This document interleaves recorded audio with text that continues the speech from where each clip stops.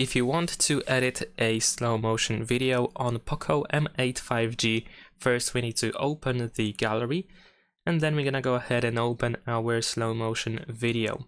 Now here at the bottom in this place, maybe not at the very bottom of the screen, but as you can see here, we have this circle with another circle behind it.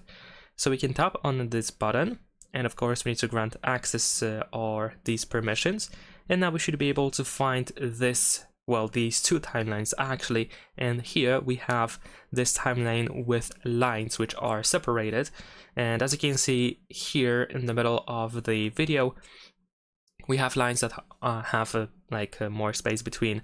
This is the slow motion effect, so you can decide which part of the video should be in slow motion. So you can of course move it all the way to the front, all the way to the back of the video. You can extend it so that it lasts a whole video, or for example you can make just a small part of the video to be in the slow motion effect.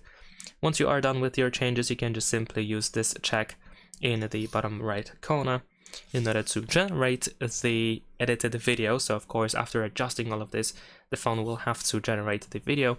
There we go, it will be created right next to it, and that is pretty much it. Subscribe to my channel.